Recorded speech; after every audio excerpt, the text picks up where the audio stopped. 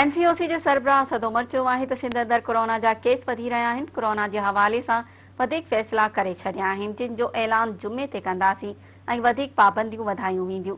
NCOC जे इजलास में media खे ब्रीफिंग ॾींदे असद उमर चयो आहे त कराची में कोरोना केसिस जी शरह 13% ऐं हैदराबाद में 14% आहे।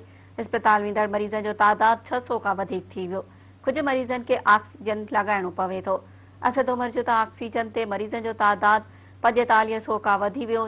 जून में वबा जी पहिरीं लहर में ऑक्सीजन में कोरोना जा मरीज़ 3400 खां वधीक हुआ, यानी हिन भेरे 30% वधीक मरीज़नि ऑक्सीजन ते आहिनि। हुन चयो त असांजो हलंदड़ हफ़्तो इंतिहाई ख़तरनाक आहे। पाकिस्तान में वबा जी शुरूआत खां हिन वक़्त ताईं हिन हफ़्ते में फ़ौतगियुनि जो तादाद सभ खां वधीक आहे। केतिरा ई शहर अहिड़ा आहिनि जिते वेंटिलेटर्स जो इस्तेमालु 80% खां बि वधीक थी वियो आहे। असद उमर वधीक चयो त जेकॾहिं हिन वबा जो ज़ोर फौरी न टोड़ियो वियो त वॾा शहर बंदि करण खां अलावा ॿियो को बि रस्तो न हूंदो। सूरत-ए-हाल इंतिहाई संगीन आहे। क़ौम खे अपील कयां थो त संजीदगी सां गॾु SOPs ते मुकमल अमल करे।